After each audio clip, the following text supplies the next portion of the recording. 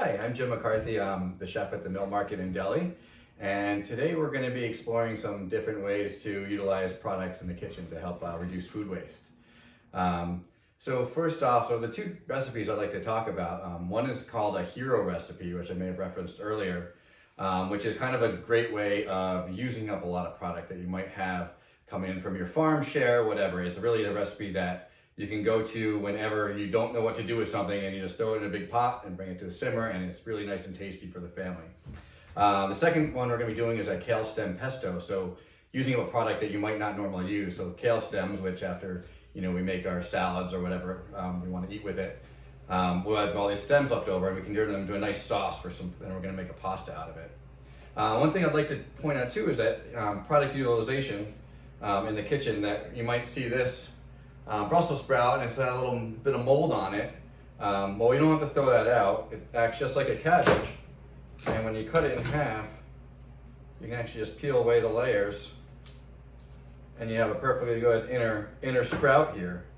And we're just going to take that and throw that onto our mise en place over here that we'll be cooking with later.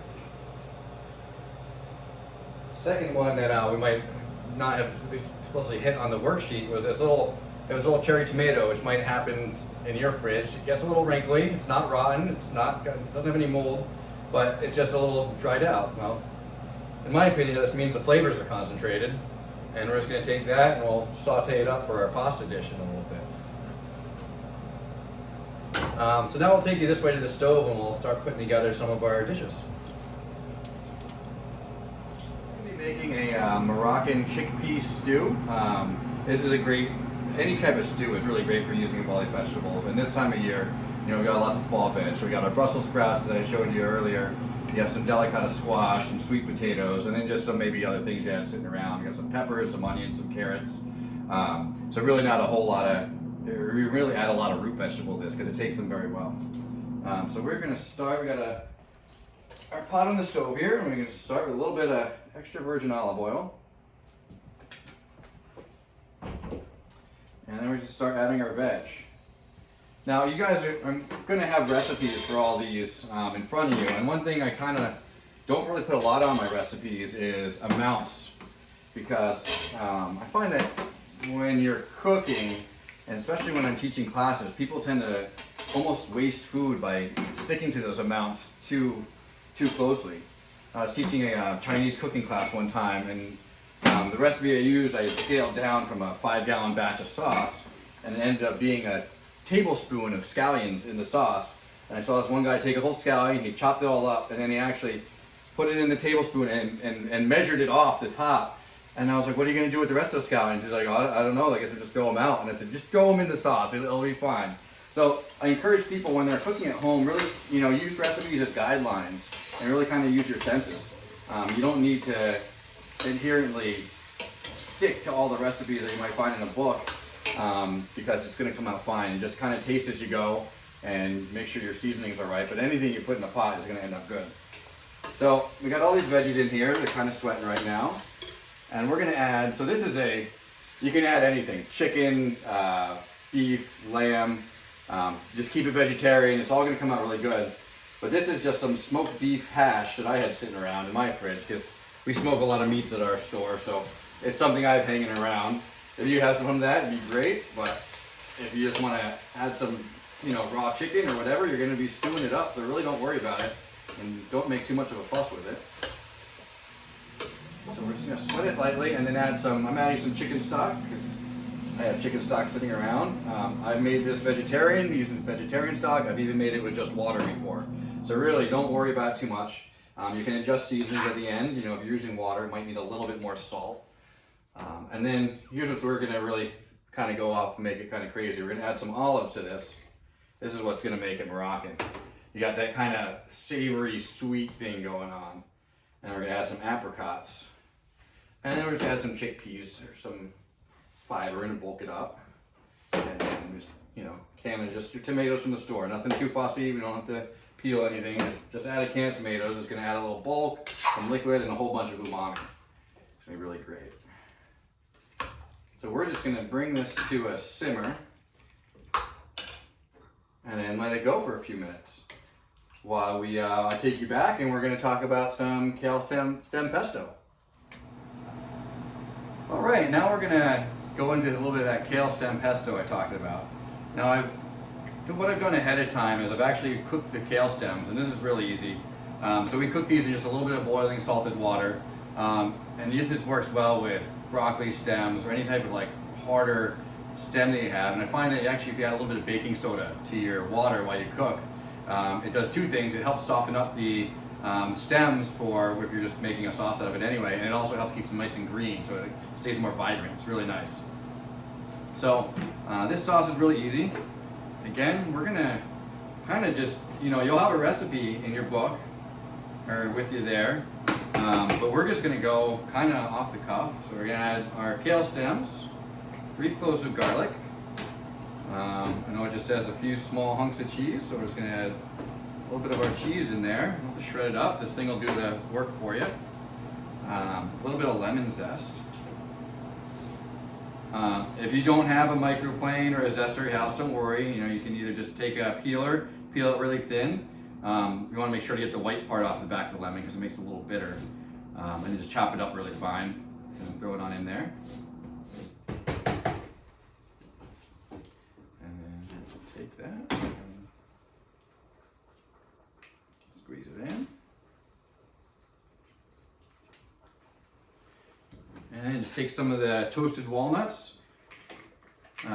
You can use any nut for this, or even if someone has a nut allergy, sesame seeds work really well. You can use pecans, you can put pitas, anything really, like kind of play with flavors that way. Pestos are a great sauce for kind of using up any leafy greens or stems, and you can really kind of go to town with what you're going to put in there. And then for seasonings, we're just going to add a little bit of this. This is Aleppo pepper. It's like a Mediterranean pepper. It has a little more flavor than a crushed red pepper, but you're fine to use that. If you don't like any heat, you don't have to use that either. And then we're just going to be able to bring it all together with a little bit of extra virgin olive oil. About that much. We'll see if that's enough. And add a pinch of salt. And we're just going to blend it on up.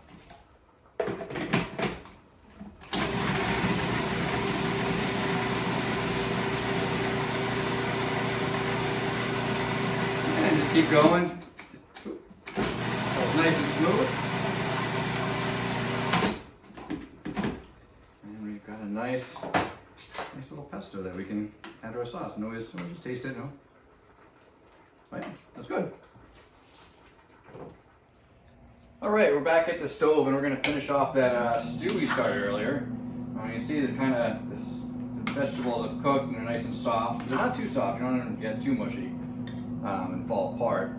And then we're going to add a little tomato paste, and this is going to act as kind of a thickener. So you can use as much or as little as you want. If you want a thinner soup, you can go to that. If you want a little bit thicker, heartier stew, you can go that route as well. And we're just going to mix it on in. And then we're going to add, so this is another thing that makes the Moroccan. So we're going to add a little bit of Ras Al Hanout, which is a spice blend. There's all different ones of these around the world. This one I like is from the Teeny Tiny Spice Company. It's got a bit of turmeric, but I know, you can just go to the grocery store. A lot of them carry it now. I know McCormick, the nicer McCormick carries one. So you can just pick a little bit up and have a little fun with it.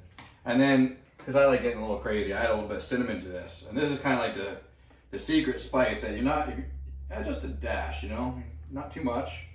And people will kind of wonder what that taste is because they associate it with sweet things. But when you're having this nice savory dish, it really does something kind of special. It's really quite good. We're just going to stir this all together. And I might go a little bit thicker with that, so I'm just going to add another quick little dab of tomato paste. And yeah, and then and then we need to season it too. So always taste as you go. Want to make sure that our food's good, so we're going to take a little bite. So that needs a bit of salt.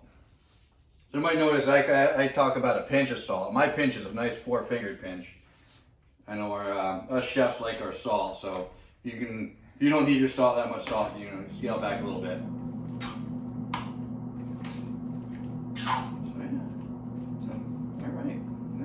pasta's all done. We're just gonna kind of sit that back and let it sit until we're ready to plate it up, and then we're gonna start cooking our pasta. So this is what we're gonna use the kale pasta or kale pesto for.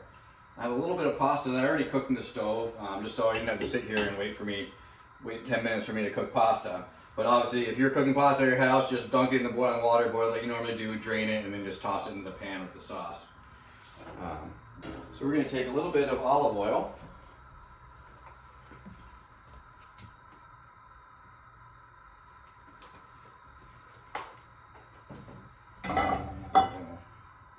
Let that get nice and hot.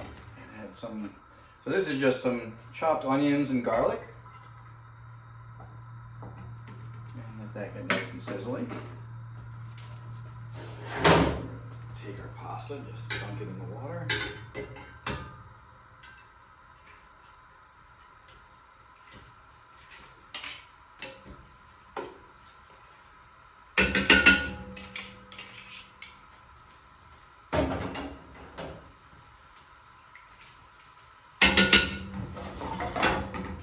And whenever we're starting off, a little bit of salt, not a lot, just kind of helps the onions start to sweat a little bit.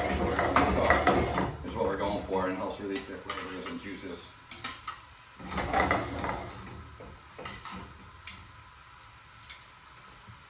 And then go, and then we're just going to add our tomatoes. And we're not looking to cook the tomatoes. We're looking to just to kind of warm them up a little bit. If you cook them all the way, they'll start to get really juicy. It'll make more of a sauce. So we're really just trying to warm these little bad boys up. Like so. And then we'll take some of our pasta. Add that right to the pan.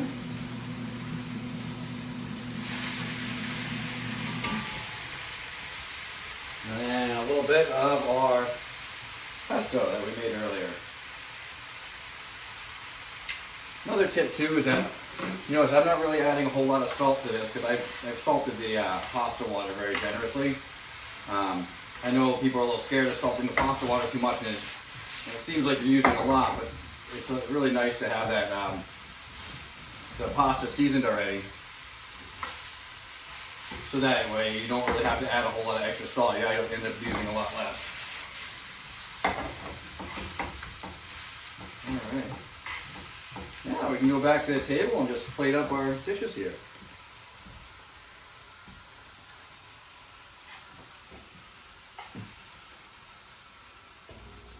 Nice little pasta dish.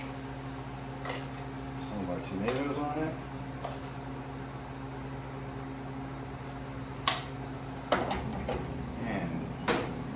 Fresh cheese over the top.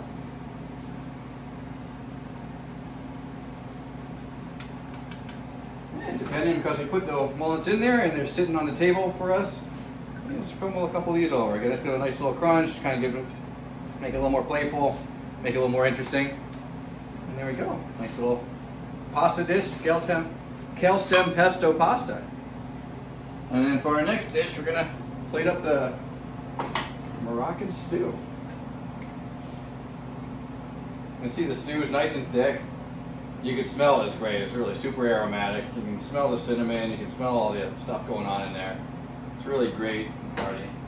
And then this one, we're just going to garnish this with just a little bit of cilantro right at the top. And there we go. Dinner is served.